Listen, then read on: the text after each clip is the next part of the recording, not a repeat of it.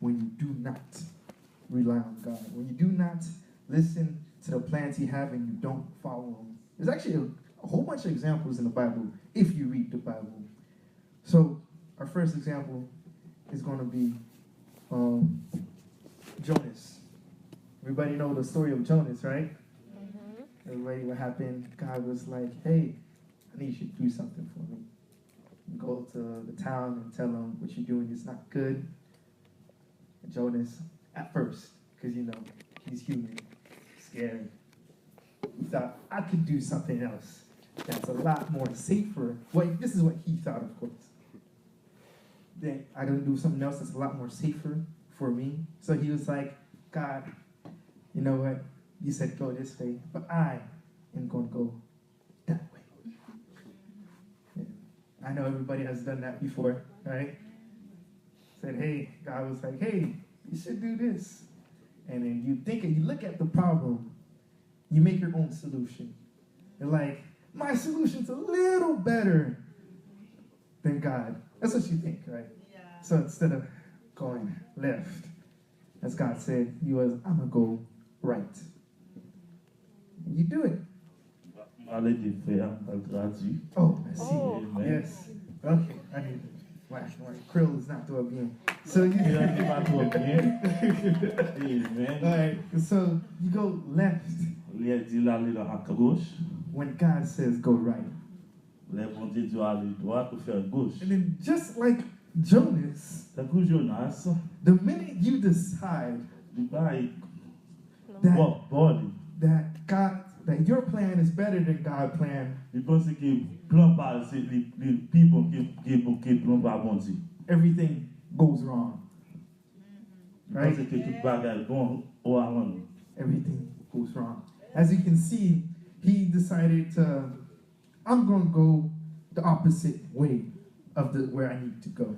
Il décide pour aller dans le chemin qui opposé à que ça bon Dieu te dit.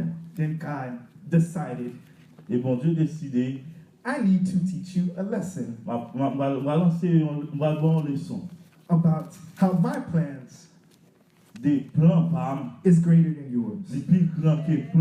About how what happens when you think your plans is greater than mine. So what did God do to Jonas? He had him eaten by a whale. Who does it? That's so insane when you think about it. It's bon Dieu fait un gros poisson vers les Jonas. Son gros bagage que bon Dieu fait. Who would have thought that just for not going left when you should go right, your life could end? Ou est-ce qu'arriver l'or pour faire droite, ou même pour faire à gauche, ça qu'arriver la vie pas passer bien. Jonas, of course, as you know, he realized the error of his mistakes and he prayed to God. Jonas reconnaître erreur, il était prié bon Dieu. And then what he did is he went to the city, he preached the word of the Lord saying, y'all need to repent, and they did, and everything was saved. Pour nous connaître que Jonas était retourné dans cette terre, là le dit peuple là pour repentir, pour retourner avec bon Dieu. Now, that was a good story with a happy ending. Ça c'est une grosse histoire et il y a joie là-dedans. Now, what happens if you do not repent and you still think that your plans is above God's plans? Ouais, ça passe, leur pas répondre qu'on est qui plan pour les plus grands qui plan par bon Dieu. There's no better example of this than King Saul. Non plus d'exemple, non roi Salomon. As you know, he was the first king of Israel, blessed by God. Nous connaît que c'est le premier roi en Israël qui était béni par bon Dieu. He had everything he wanted, all the riches, all the power. He had a whole bunch of wives, whole bunch of children. Il était riche en pile, nous connaissons qu'il était en pile bagaille, il était mal en pile fille, il était en pile animaux, il était riche en pile économiquement. But that was about to change when he decided that his plans were better than God's plans. Ça devait changer, il devait réaliser que plan était plus bon que plan bon Dieu. Do everybody remember what happened when God told him to wait. Tout le monde connaît que ça qui t'est passé, les bon Dieu dit que pour le temps. And he said, no, I can offer the sacrifices by myself. Il te dit que je vais faire sacrifice là. Pourquoi je vais faire sacrifice là? Pourquoi? That was the beginning of the end for Saul. Ça, c'est commencement fini, Salomon. God looked at him and Oh, said, ça, yeah, Saul, yeah. ça. God looked at him and said, okay, I see you think that your plans, that what you say is better than my plans and what I say. Vous pensez que, on dit que plan plus bon que samedi, vous pensez que plan plus bon que plan pas? So, I'm going to take everything away from you. Je vais prendre toute bagaille, pour aller loin de vous-même. All your riches, your power, Toute your richesse, kingdom. toute puissance, toute royauté. Now, if I was Saul, I would immediately ask for forgiveness. Si moi-même quitte Saül, immédiatement, demandé sera pardon. Because how am I going to make the person, the being, mad, the one who gave me everything? How am I going to do that? Qui j'en ka faire avec un monde qui fait toute bagaille fâché?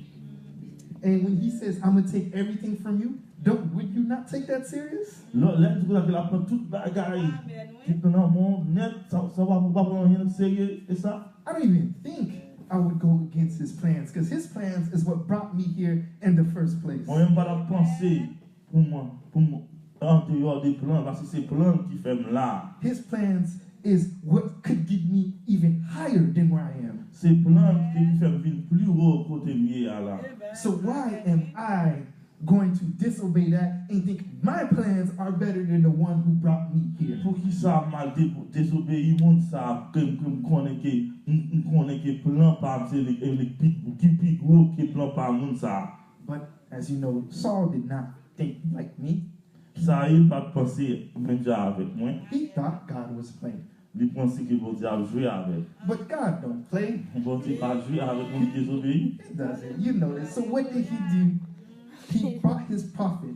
Il pour lui voyer fait lui Go to this man's house. pour la côté ça il pour la The next king of Israel will be there.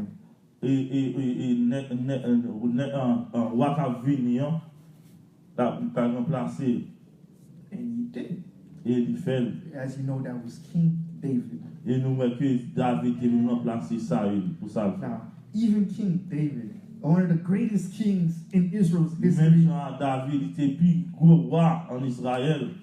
he was not perfect. Il n'est pas parfait. He made mistakes. Il était fait mystique. One of his biggest mistakes was Il n'a plus comme mystique il j'ai fait. when he decided to steal another man's wife. Il a décidé pour voler madame yon l'autre. Now, anywhere does it say, was that the plan that God had for him? Est-ce que ça c'est plan pour Dieu pour lui? Did God say, hey, go take that man's wife, I allow you to? Est-ce que bon Dieu dit que pour la côté madame monsieur ça? No, God did not. Bon Dieu pas dit ça. God only chose him because he was a rightful server to him, to God. Bon Dieu t'a choisi parce que c'est lui-même qui était bon dans Dieu, bon Dieu. So, David, of course, being human, he was being being imperfect that he decided to make up a plan to, hide what he did. Tant que mon monde humain, nous non humain, il décidé pour le faire, bagarre pas. I don't know who he's trying to hide it from. That's my question. On va qui gens que qui gens dit ça, ou cacher devant bon Dieu. Qui gens faire cacher bon Dieu, bon Dieu carreau de côté. Qui gens faire cacher pas connaître, qui gens faire cacher devant bon Dieu. But he tried, and what he did, he sent the husband to battle, and he got him Il voulait killed. madame fille il m'a envoyé Marie fille en bataille. Ça c'est plan pas pour qui a fait ça pour le faire. Of course, God saw all of this, and he was like, looks like it's time again to teach him a lesson. Bon Dieu lui-même, lui ouais ça, il va le une leçon de ça le faire. Where he killed David's son that was in Bathsheba, I think that's her name. Il tué petit David là. Il tué le petit là. Now, David, he tried to fight this. He stayed in his room, he prayed, he fasted, he asked for repentance. David goumé avec ça, il priait dans la chambre, il demandait, bon Dieu pardon pour ça le faire. But God was like, no, you're going to have to learn to do as I say. Bon Dieu dit, le fait pour apprendre, pour connaître que l'aime ton bagage pour faire. And at the end, David realized this is true. He is powerless in front of God. Bon Dieu, David réalisé que c'est vérité. Il n'est pas le temps de ça, bon Dieu dit non. So when he was finished, was God finished punishing him, what did David do? He got up, he ate something, and he gave praise to the Lord, thanking him for the life he Le still bon had. Dieu fin puni David, ça David fait, il bat gloire, il bat honneur, il bat exaltation. Because David realized this could have been a whole lot worse. Parce que bah, David a réalisé qu'il était capable plus, il était capable plus mal que ça. He could have been like Saul, where he had everything taken away from him. Il pense qu'il était capable plus mal que ça. Il côté bon Dieu a retiré toute bagaille dans mes ça. So that's why David was happy that God showed him mercy, and he, as from then on, you can see him. He always followed what God said. C'est ça que David était content. Bon Dieu a miséricorde envers lui. Now, there are instances in the Bible when people, not yourself, but other people, do not want you to follow the plans that God has for you. Un autre exemple, côté l'autre monde qui pas suivre plan bon Dieu qui pour. We can find those after Israelites got taken over by the empire. What is it? Daniel and the lion's den. What's the king? King Nebuchadnezzar. Thank you. Where he said, I want everybody to bow every time I walk the streets. That's the plan I have for everybody. He made that into a law. And as you know, back then, what the king said is what goes. Nous venons voir que nous devons voir que nous quittons le roi depuis 4 des ans, côté était bas l'ordre pour adorer tout, pour adorer les statues devant, pour adorer les. Après que nous avons vu Saül, David, roi de Nebuchadnezzar vient paraître, il était bas roi ça pour adorer les statues. But as you know, Daniel, he was smarter than that. Côté nous connaissons Daniel, il est plus intelligent que ça. He knew who could really save him. Il connaît qui est-ce qui a sauvé lui. He also knew who can really hurt him. Il connaît qui est tout qui a frappé. So he was like, I'm not going to follow the plan that you have for me. Il dit que je ne vais pas suivre le plan que roi a pour moi. I'm going to follow what God says to do, the plan he has for Je me. vais suivre le plan que bon Dieu a pour moi. Because no matter what, that is the plan that will save me. C'est le plan ça qui va sauver moi. And as always, God put him to the test. Il dit toujours que bon Dieu voulait passer dans le test. So, he did not bow. Il n'est pas tout métager devant. He never, exactly, since he was his law, he said, I'm sorry, Daniel, but you're going to have to go into the lion's den. Il a dit Daniel, des hommes c'est vrai. Mais il t'a passé loi, il faut aller dans la force de lion quand même. God, of course, Daniel was God's servant. So he said, you are my servant. You followed my plans. So as your God, I will save you. Nous connaissons que Daniel c'est serviteur pour Dieu, puisque Daniel c'est serviteur pour Dieu, puisque vous suivez la loi, vous ne pas désobéir, moi pas délivrer. Did. Il t'a fait ça, il t'a délivré Daniel. What happened after that? Daniel was then lifted up in the king's eyes, and he became his #1 advisor. Ça qui passe avec Daniel était premier ministre dans le royaume king. He had more power than all the other people who did not follow God. Il a plus pouvoir, plus puissance dans tout le monde qui t'a servi au roi. Les bons Dieu levé bien au roi pour ça. He had influence because he followed God's plan. Il a eu influence parce qu'il était à suivre le plan bon Dieu. So my message today is Message à soi, c'est follow God's plan. suivre le plan bon Dieu. whatever plan that you have for yourself, Tout plan que vous gagnez pour peut-être pas. it is nothing in comparison to God's plan. Plan ça vous gagnez pas comparé avec plan bon Dieu. We can look in the Bible and find many more Nous examples avons dans la Bible, il y a pile d'exemples dans la Bible. where what happened, what was the consequences of following God's plan, Qui conséquences gagnent leur suivre plan bon Dieu. and also the consequences when you didn't follow Qui God's plan. conséquences gagnent leur pas suivre plan bon Dieu. People have lost their lives when they Bon, did not follow dans la God's Bible, plan. nous voyons que il y a des gens qui perdent la vie ou leur pas suivre plan bon Dieu. People were saved, people were blessed when they did follow God. Et nous voyons dans la Bible que bon, il y a des gens qui bénissent, il y a des gens qui grand leur suivre plan bon Dieu. My question is, Question moi à soi, which one do you want to be? qui sauve les faire. Do you want to be the one that follows God's plan, Est-ce que vous voulez dans une que vous voulez suivre plan bon Dieu? get blessed, Vous voulez bénir, get whatever you want? vous capable de sauver. Or do you want to be the one that doesn't follow God's Et plan est-ce que vous voulez assurer à une qui pas suivre plan bon Dieu? and potentially lose your life? Et pour perdre la vie, So, my question, question moi assurer, which one do you want to be? qui sauve les assurer. Now, the thing is, following God's plan, Pour suivre plan bon Dieu, it's never easy. pas facile. Not following God's plan Pas faire plan bon Dieu, is always easy. c'est toujours facile. But you're not looking at the now. Nous va regarder You Kounia. got to look at what will happen later. Vous va regarder ce qui va passer après. Because it may be easy now, Vous avez dit que c'est facile Kounia, but later, mais plus tard, when I lose everything, l'on perd toute bagaille, it's going to be a whole lot harder. la plus difficile.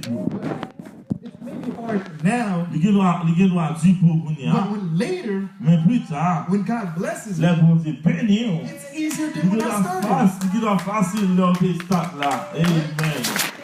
That's how you got to look at it. Kounia, tout ce qu'on regarde.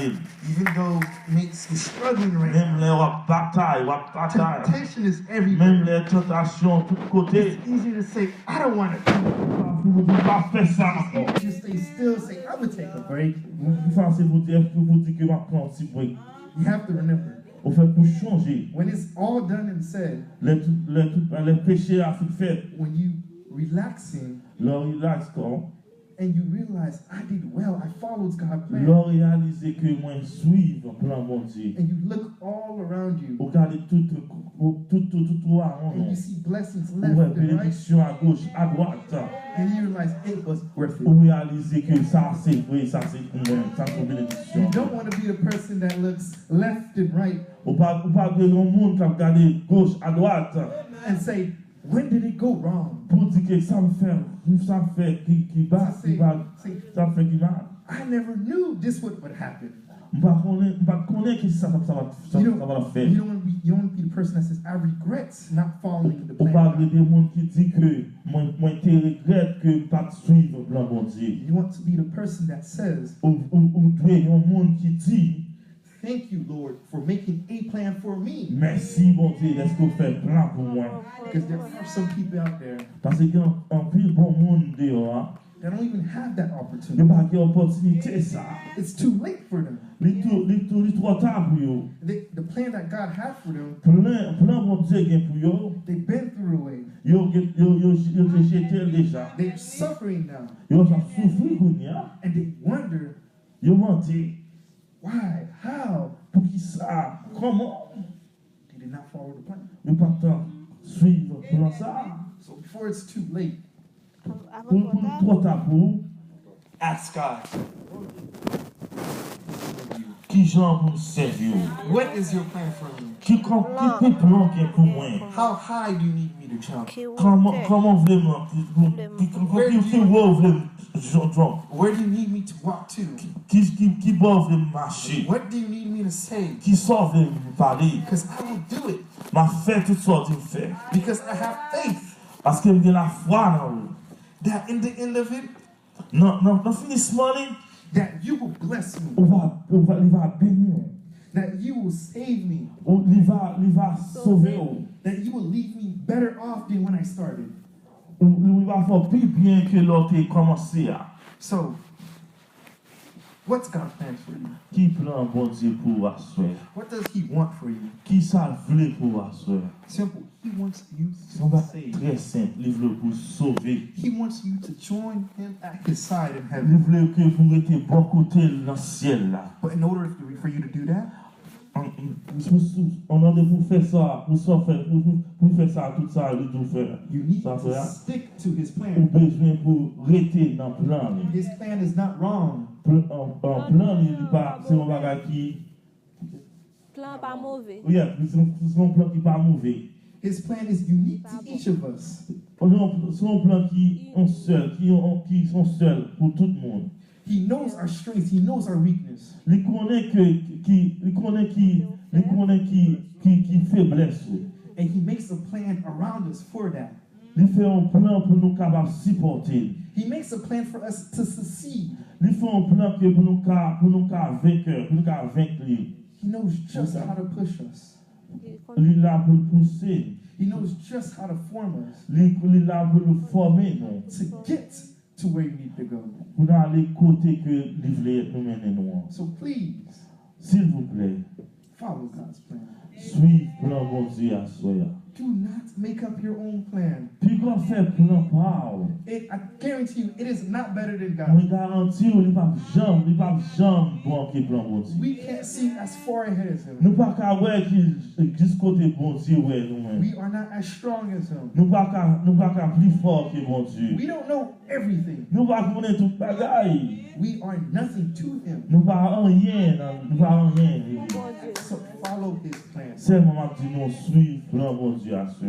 Amen. He will not fail you. Et il pas fort tomber. Thank you, everybody. On dit merci pour tout le monde qui prend des messages ça à soi. Amen. We had a good time. Et nous gagnons un bon temps à soi. Amen. La bonne invité, va continuer. Amen. Amen.